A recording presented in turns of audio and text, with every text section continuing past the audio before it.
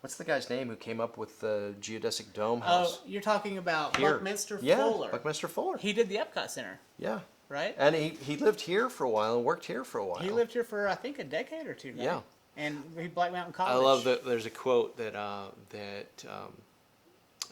Jeff Bridges, My favorite person. yeah, such a great guy. Yeah. How's he doing, by the way? I haven't heard any news. He He's seems battling to, cancer. He's Is still he- the dude. He's around. I think he's got a few projects in the. But I mean, in terms of his cancer battle, is there any news on that? I feel like I haven't heard news. All I know is he's living each day. So I don't know. So it was at the Golden Globes a couple of years ago that he referenced Buckminster Fuller because Buckminster Fuller either came up with or was a part of this thing called a trim tab. A trim tab is a rudder on a rudder. So these huge oil tankers, they have rudders, and they take forever to turn and navigate. So now they got two.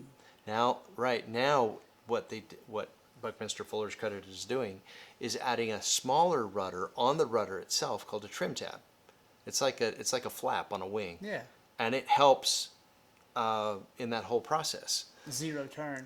So a small, a relatively in scale, a very small. The reason I brought it up is that you and I can, in essence, be trim tabs on culture because we might feel small and insignificant. But a small trim tab can end up affecting how a huge oil tanker turns. That's right. Oh, and the culture as the whole is the oil tanker, That's and in the we metaphor. are Yeah. the trim tabs. We're a small, insignificant piece, but if we fulfill our role and our we- calling, and we we- end up impacting the larger. And we forget about our hair issue when we publish. There you go. We might actually start turning. this Start shit. wearing hats, John. I know.